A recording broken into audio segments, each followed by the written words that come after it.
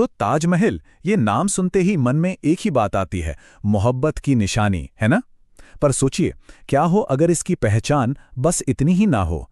क्या इसकी संगमरमरी दीवारों के पीछे कोई और राज, कोई और कहानी भी दफन हो?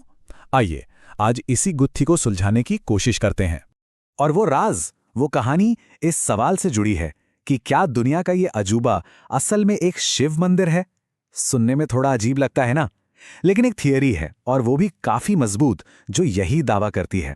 और सच कहें तो यही वो दावा है जो इस पूरे विवाद की जड़ है। तो चलिए इसी की तह तक चलते हैं। तो इस पूरी कहानी को समझने के लिए सबसे पहले इसके नाम पर ही चलते हैं, क्योंकि इस थ्योरी को मानने वालों का कहना है कि इसका नाम कभी ताजमहल था ही नहीं, बल्कि तेजो महालय था। अब ये तेजो महालय नाम आया कहां से? देखिए, ये दो संस्कृत शब्दों को जोड़कर बना है, तेज और महालय। मतलब तेज यानी चमक, रोशनी, और महालय मतलब एक विशाल महल। तो इस हिसाब से इसका मतलब निकलता है शिव का वो भव्य जगमगाता हुआ महल। तो अब बात समझ में आ रही है, ये थियरी सिर्फ नाम बदलने की बात नहीं कर रही। इसका सबसे बड़ा और सबसे विवादास्पद दावा तो ये है कि शाहजहां ने ताजमहल को बनवाया ही नहीं, बल्कि एक पहले से बने हुए प्राचीन हिंदू मंदिर को सिर्फ कब्जे में ले लिया था। ठीक है, तो इतना बड़ा दावा है तो इसके पीछे कुछ सबूत भी तो होंगे ना, है ना? आखिर किस आधार पर यह सब कहा जा रहा है? चलिए अब देखते हैं कि इस थ्योरी के सपोर्ट में कौन से सबूत पेश किए जाते हैं। इस पूरे दावे के सेंटर में है एक पुराना पत्थर का शिलालेख, और इसे मानने वाले कहते हैं कि ये कोई मामूली सबूत नहीं है, ये एक ऐसा सबूत है जो ताजमहल की पूरी कहानी को पलट कर रख सकता है। और वो तारीख है 1155, 1155 AD। अब सोचिए, ये शाहजहां के समय से करीब करीब 500 साल पुरानी तारीख है, और यही तारीख उस शिलालेख पर खुदी हुई मिली है। इस शिलालेख का नाम है बटेश्वर शिलालेख, जो आगरा के पास ही मिला है, और इसमें श्वेत स्फटिक शिव मंदिरम के बनने का जिक्र है। मतलब एक सफेद क्रिस्टल जैसे चमकने वाले शिव मंदिर का। और बस यही वो लाइन है जिसे इस पूरी थ्योरी की बुनियाद माना जाता है। तो इस शिलालेख के हिसाब से पूरा तर्क ये बनता है कि शाहजहां ने असल में उसी 500 साल पुराने मंदिर को अपने कब्जे में लिया और बस उसे अपनी बेगम के मकबरे में बदल दिया। चलिए अब शिलालेख और पुरानी किताबों से बाहर निकलते हैं और सीधे चलते हैं खुद ताजमहल के पास। क्या इसकी अपनी बनावट, इसकी दीवारें, इसके गुंबद, क्या वो भी कुछ कहानी कहते हैं?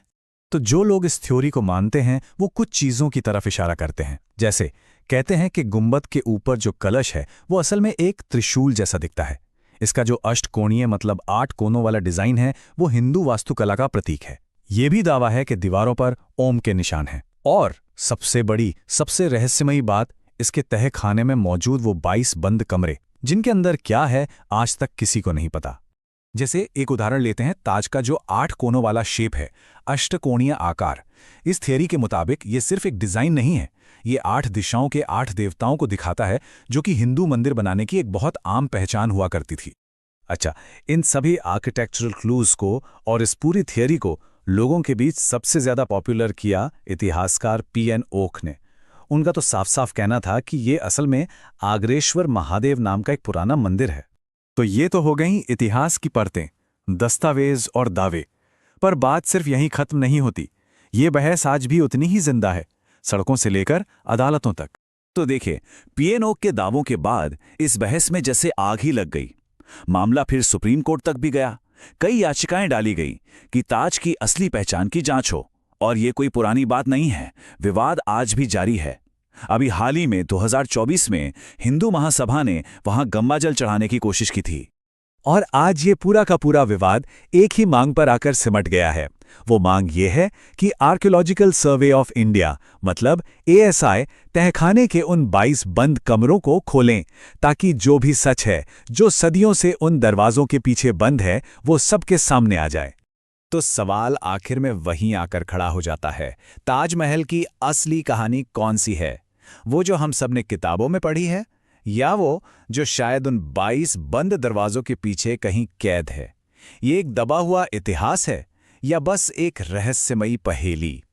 इसका जवाब तो शायद वक्त ही देगा।